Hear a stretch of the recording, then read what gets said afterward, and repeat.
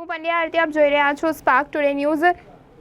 ભારત એક કૃષિ પ્રધાન દેશ છે, પરંતુ હાલ ખેડૂતો રાસાયણિક ખાતર અને દવાઓ ઉપર ખેતી કરતા હોય છે, જે સ્વાસ્થ્ય માટે હાનિકારક હોય છે। તેવામાં ભારત સરકાર પણ પ્રાકૃતિક ખેતી તરફ ખેડૂતો વળે અને ખેતી કરે તેવો આગ્રહ રાખી રહ્યા હોય છે। ત્યારે આજે ડભોઈ 17 ગામ પટેલવાડી ખાતે ખેડૂતોને પ્રાકૃતિક ખેતી તેમજ સંજીવની ધરામૃતના ઉપયોગથી પ્રાકૃતિક ખેતી કરી જમીનનું બંધારણ સુધારવાના હેતુ સાથે કૃષિ સેમિનાર યોજવામાં આવ્યો। આ સેમિનારમાં માઇલસ્ટોન ગ્રીનના ઉપક્રમે યોજાયો, જેના મુખ્ય વિષયમાં ધરતી તારું તુજને અર્પણ હતો, જેનું માર્ગદર્શન વક્તા વૈભવ પંચાલ કૃષિ અનુસ્નાતક અને કૃષિ સલાહકાર દ્વારા ઉપસ્થિત ખેડૂતોને અપાયું। આ પ્રસંગે ડભોઈ પીએસઆઈ કે ડી ભરવાડ, નગરપાલિકા પ્રમુખ બિરેન શાહ સહિત ડભોઈ તાલુકાના આસપાસના ખેડૂતો ઉપસ્થિત રહી પ્રાકૃતિક ખેતી વિશે માર્ગદર્શન પૂરું પાડ્યું।